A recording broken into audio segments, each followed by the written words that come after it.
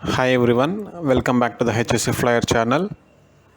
In our previous videos, we have seen the selection of location of fire extinguisher and what are the initial inspections that we have to do for fire extinguisher and how to select the fire extinguisher based on the fire classification.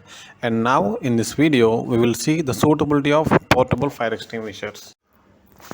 In our last video, we have seen what is Class A fire and Class B fire and Class C and Class D fires. Now, in this slide, we will see what type of fire extinguishers can be used for each classification of fires in general. And please note this does not cover any special cases. So here for Class A fires, we can always use water type fire extinguishers, and for Class B fires, which is liquid fires, we can always use foam or dry powder or any vaporizing liquid and carbon dioxide extinguishers. And for Class C fires, that is gaseous fires, we can always use dry powder or vaporizing liquid or carbon dioxide extinguishers. And for Class D fires, that is metal fires, we can use extinguishers with special dry powder for metal fires. Now we will see some special cases.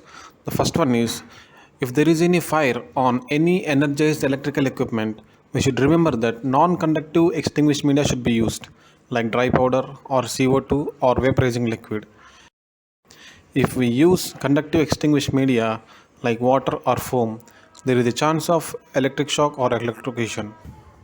And we should remember if you are using carbon dioxide on energized electrical equipment, it should not have metal horn.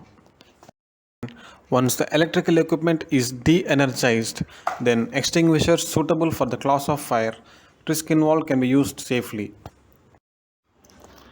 Now, second one is sensitivity of electrical equipments.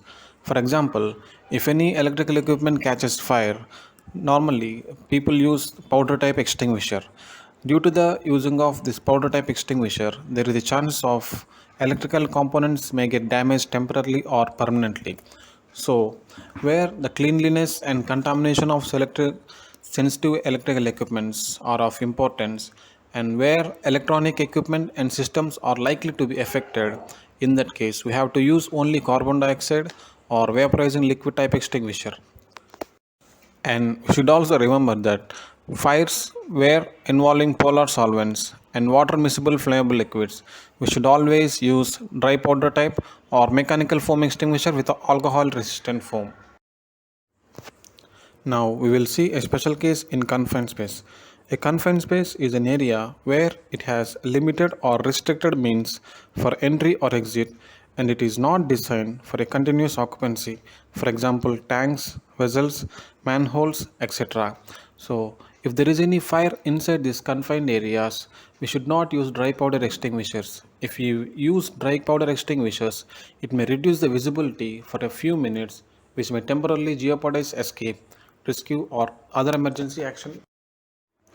Now we will see the reignition of fires. Normally, dry powder extinguishers are probably the most effective medium against Class B fires, that is, liquid fires. But sometimes, where the fuel surface is shielded from the powder discharge, they are not effective.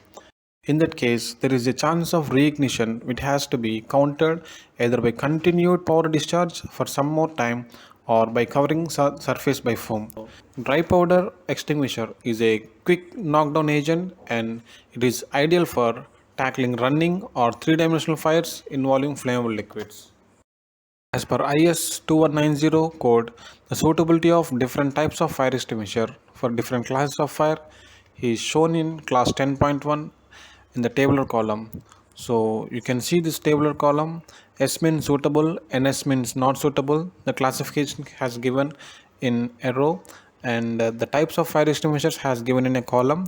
So you can choose which is suitable for which class of fire extinguisher, and you can also find the list of Indian standards for the type of fire extinguishers in the annexure A of IS code 2190.